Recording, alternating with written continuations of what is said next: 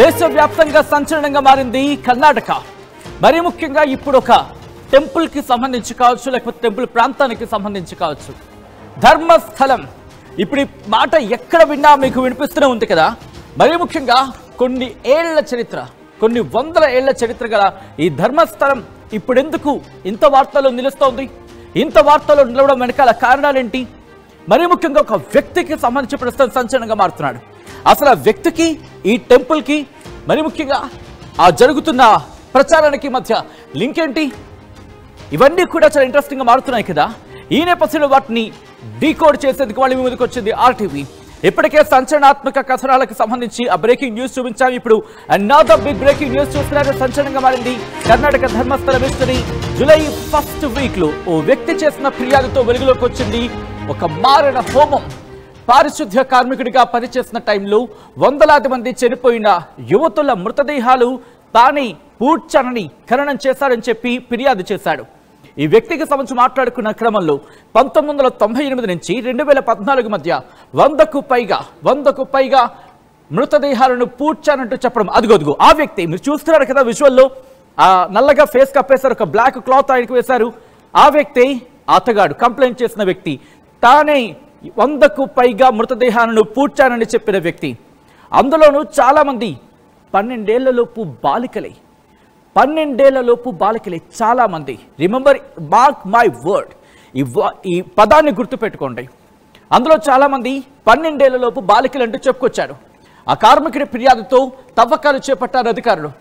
తవ్వించోట ఓ మహిళ పుర్రె దొరకడం ఫిర్యాదుకు బలం చేకూరింది. ఒక్కొక్కరిగా వచ్చి ఇప్పుడు ఫిర్యాదులు ఇస్తున్నారు బాధిత కుటుంబాలు.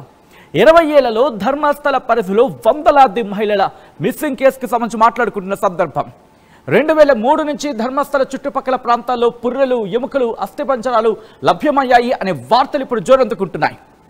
దీనికి సంబంధించి point to point, pin to pin మాట్లాడుకునే ప్రయత్నం చేద్దాం. ఒక్కసారి నేను ఆ విజువల్ మీకు చూపించే ప్రయత్నం చేస్తాను. ఫస్ట్ కొన్ని విజువల్స్ ఉన్నాయి, కొన్ని డాక్యుమెంట్స్ ఉన్నాయి, వాటిని నేను మీకు చూపిస్తాను. ఆ తర్వాత మనం గండికోటకు సంబంధించి ఎలా పాయింటర్స్ అయితే నేను మేము ఉంచాను, ఈ రోజు కూడా అదే ప్రయత్నంతో మేము ఉంచే ప్రయత్నం చేస్తా. సో ఈ నేపథ్యంలో ఒక్కసారి ఇప్పుడు మనం మాట్లాడుకునే ప్రయత్నం చేద్దాం. ఆ వ్యక్తికి సంబంధించి విజువల్ చూస్తున్నారు కదా. కుదిరితే ఐ రిక్వెస్ట్ పీసీఆర్ ఆ వ్యక్తికి సంబంధించిన విజువల్ ఒక్కసారి ఫుల్ ఫ్రేమ్కి వెళ్ళే ప్రయత్నం చేయండి. ఎందుకంటే కీలకమైన విషయాలు ఇక్కడ ఉన్నాయి. ఆ వ్యక్తిని సమ్ ఎక్స్ అనుకుందాం. ఆ విజువల్ని ఫుల్ ఫ్రేమ్కి మరి కాసేపట్లో వెళితే, నేను వెళుతున్నాను మరి కాసేపట్లో. అదిగో ఒక్కసారి ఫ్రీజ్ చేయండి. ఆ బ్యాగ్ వచ్చినప్పుడు కుదిరితే ఫ్రీజ్ చేయండి. ఆ బ్యాగ్ తనకి సంబంధించి అదిగో ఆపండి. ఎస్, ఆ బ్యాగ్ చూస్తే మీకు ఏమనిపిస్తుంది? సాధారణంగా కోర్టుకు వెళ్తున్నాడు కాబట్టి ఏమైనా డాక్యుమెంట్స్ ఏమో అనిపిస్తూ ఉంటుంది కదా.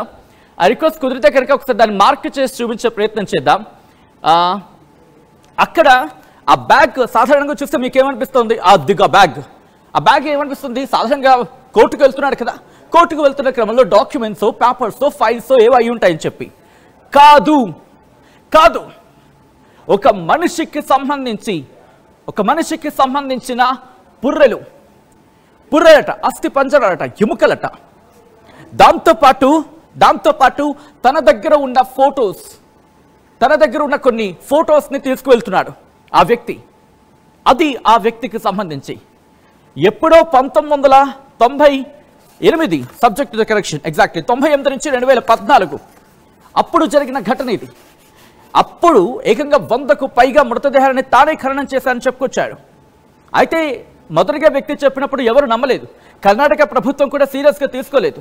మరి ముఖ్యంగా ధర్మస్థలికి సంబంధించి మాట్లాడుకుంటున్న సందర్భం. ఓకే, ధర్మస్థలి అంటే ఎవరికైనా డౌట్ ఉండొచ్చు. ఒకసారి ధర్మస్థలి గురించి నేను ఒక రఫ్గా 2 పాయింట్లు చెప్పే ప్రయత్నం చేస్తాను. ధర్మస్థలి అత్యంత పుణ్యక్షేత్రం. ఎందుకంటే అక్కడ మంజునాథ స్వామి కొలువై ఉన్నాడు. 800 ఏళ్ల చరిత్ర కలిగిన క్షేత్రం అది. అదే ధర్మస్థలి. హిందువులు ప్రత్యేకంగా ఆరాధించుకునే పుణ్యక్షేత్రం. 800 ఏళ్ల చరిత్ర కలిగిన పుణ్యక్షేత్రం అది. అక్కడ మంజునాథుడు కొలువై ఉన్నాడు కాబట్టి కొన్ని వందలాది మంది కాదు, వేలాది మంది అక్కడికి చేరుకుంటూ ఉంటారు. ఆ క్షేత్రానికి చేరుకొని పూజలు చేస్తూ ఉంటారు. ఇప్పుడు ఈ పుణ్యక్షేత్రం వార్తల్లో నిలిచింది. మరి ముఖ్యంగా ఆ వ్యక్తి పారిశుద్ధ్య కార్మికుడిగా అక్కడ పనిచేసేవాడట.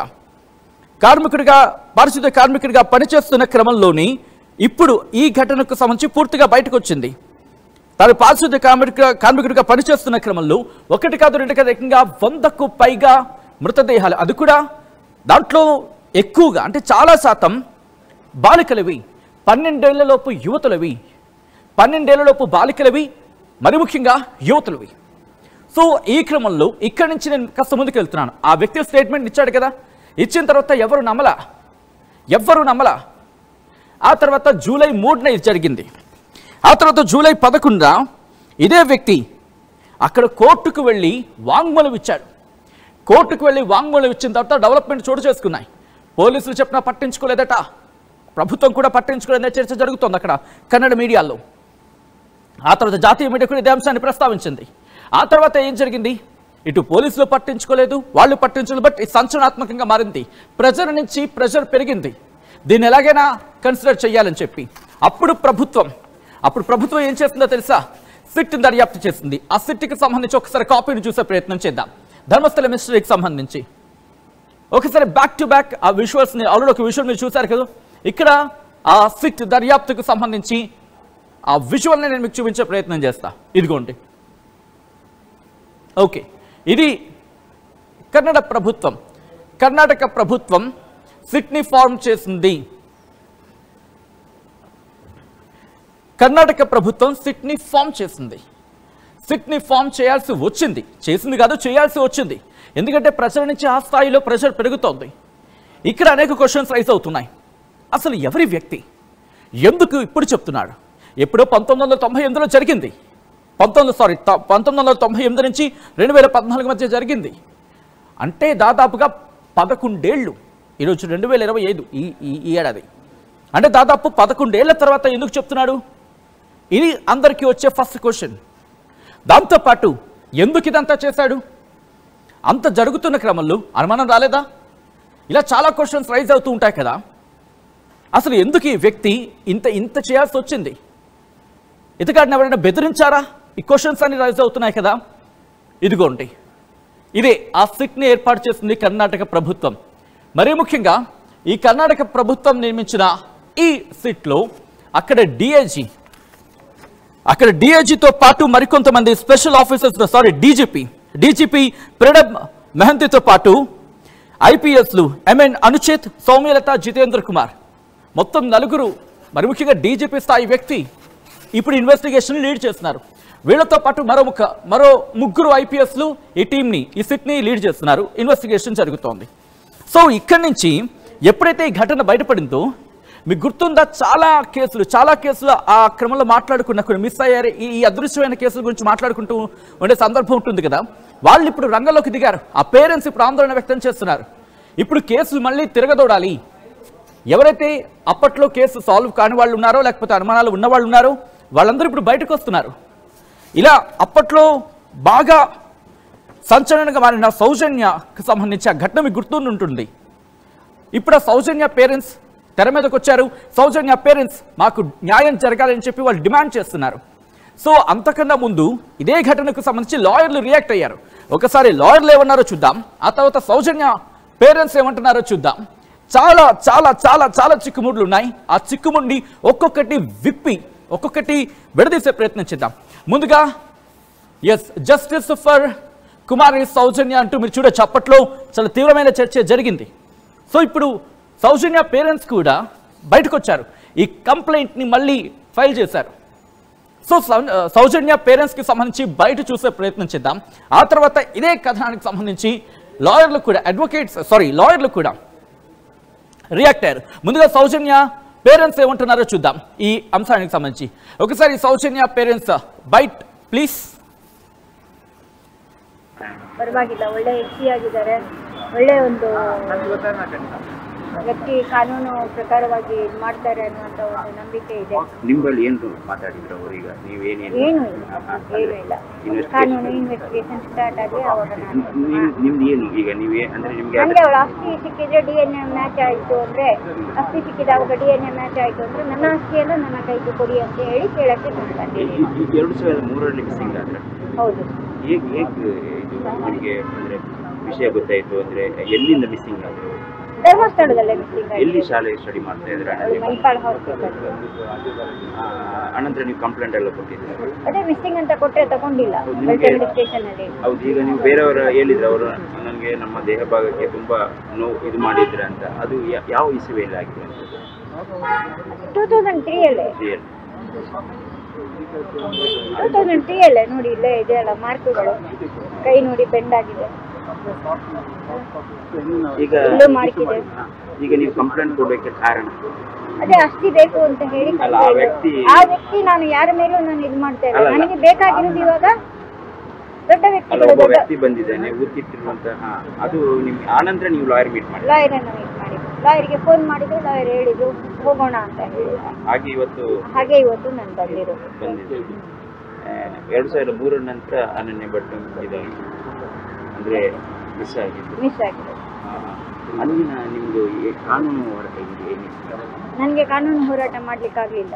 దొడ్డవరన్న